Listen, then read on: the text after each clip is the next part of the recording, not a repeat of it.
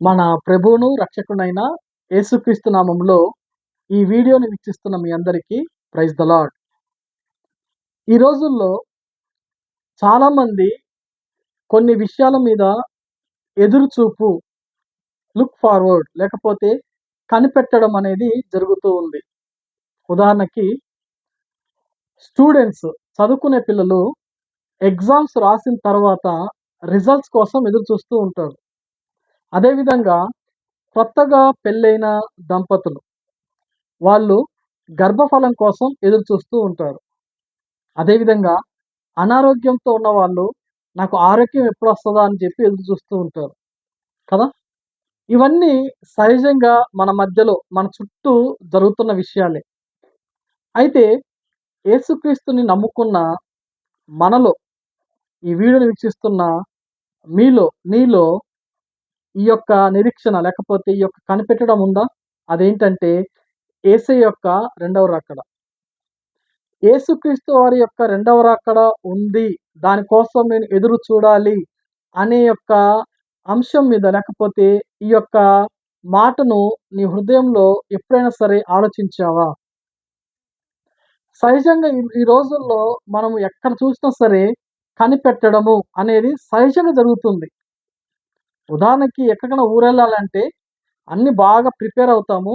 Train కోసమో, bus కోసమో లేదా ఫ్లైట్ కోసమో ఎదురు చూస్తాము. ఒక చిన్న ప్రయాణానికి ఇంత మనము ఎదురు చూడడానికి ఉంటుంది. అయితే పరలోక ప్రయాణానికి లేకపోతే రేపు రెండవ రాకడలో యేసయ్య వచ్చినప్పుడు మనం ఎత్తబడ్డానికి మన యొక్క ఎదురు చూపు లేదా కనిపెట్టడము ఎంతవరకు ఉంది? దీనినే బైబిల్ గ్రంథంలో పేతురు భక్తుడు, పేతురు రాసిన రెండవ పత్రిక 3వ అధ్యాయము 11, 12 వచనాల్లో ఈ విధంగా ఉంటుంది. మనమంట యేసయ్య యొక్క రెండవ రాకడ కోసం కనిపెట్టుచు, ఇంకా చాలా ఉన్నాయి. కనిపెట్టడం ఒకటే కాదు, తర్వాత చాలా ఉన్నాయి. మొదటి స్టెప్ ఏంటంటే ఇదే ఫస్ట్ స్టెప్ కనిపెట్టాలి. ఎవరైతే కనిపెడతారో వాళ్ళకే ఆ యొక్క రెండవ రాకడ గురించిన ఒక ఆలోచన, ఆ రెండవ రాకడ గురించిన ఒక మంచి సిద్ధపాటనేది ఉంటుంది. అదే ఆలోచన లేకపోతే సిద్ధపడడానికి అవకాశం ఉండదు. రిజల్ట్స్ వస్తాయి అనేది ఎవరికి సిద్ధపాటు? ఎగ్జామ్స్ రాసిన వాళ్ళకి మాత్రమే. గర్భఫలం వస్తుందని చెప్పి ఎవరు ఎదురు చూస్తారు? కేవలము పెళ్ళైన దంపతులకు మాత్రమే. అనారోగ్యంతో నువ్వు ఉన్నప్పుడే గదా ఆరోగ్యం కోసం ఎదురు చూసేది. ఎప్పుడైతే నువ్వు ప్రయాణం అవుతావో అప్పుడే గదా నువ్వు బస్ కోసం, ట్రైన్ కోసం ఎదురు చూసేది. అదే విధంగా నా కొరకు యేసయ్య రాబోతున్నాడు, నేను ఆయన కోసం ఎదురు చూడాలి అనేది నీకు తెలుస్తేనే గదా నువ్వు ఎలా ఎదురు చూడాలి, ఏంటో మనకు అర్థమయ్యేది. చూడండి, ఈ లోకంలో చిన్న వాటి కోసమే ఇంత ఎదురుచూపు ఉంటే, మనము పరలోక సంబంధం వైపు చూస్తున్నప్పుడు మన యొక్క ఎదురుచూపు ఎలాగా? అదేగా దేవుడు చెప్తుంది. ఈ లోకంలో ఉన్న వాటి వైపు చూడొద్దు. పరలోక సంబంధమైన వాటి విషయాల గురించి మీరు ఆలోచించండి. వాటి గురించే మీరు ఎదురు చూడండి దేవుడు చెప్తున్నాడు గదా! ప్రతిరోజు లేకపోతే ప్రతి వారము మందిరానికెళ్ళేసొస్తూ, బైబిల్ చదువుతూ, విశ్వాసంలో ముందుకెళ్తున్నాం కదా! ఈ విషయం నీకు ఎంతవరకు తెలుసు? చూడండి, పరీక్షలు బాగా రాసిన వాళ్ళకి ఎగ్జామ్‌లో రిజల్ట్స్ కోసం ఎదురు చూస్తున్నప్పుడు నేను పాస్ అవుతాను అనే యొక్క ఒక మంచి ధైర్యం ఉంటుంది. ఒక నిరీక్షణ ఉంటుంది. విశ్వాసం ఉంటుంది. అదే ఎగ్జామ్ సరిగ్గా రాయలేదనుకో భయపడుతూ ఉంటాడు. అరే! నేను పాస్ అవుతానా? ఫెయిల్ అవుతానా? ఎలా వస్తాయి రిజల్ట్స్ అని. అదే విధంగా యేసుక్రీస్తును సొంత రక్షకునిగా అంగీకరించిన ప్రతి ఒక్కరిలో ఈ రెండిట్లలో ఎందులో ఒక దాంట్లో ఉండాలి. యేసయ్య ఎప్పుడొచ్చినా సరే నేను ఎత్తబడతాను.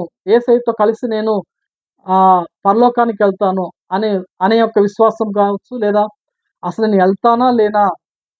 నా యొక్క విశ్వాసం ఎలాగుంది అని సరిచూసుకునే విషయంలోన జాగ్రత్త కలిగి ఉండడంలో, ఈ 2 విషయాల్లో ఎందులో ఉన్నా సరే ప్రాబ్లమ్ లేదు. ఎందుకు అంటే విశ్వాసంతో ఉంటే దేవుడు ఇంకా విశ్వాసాన్ని బలపరుస్తాడు.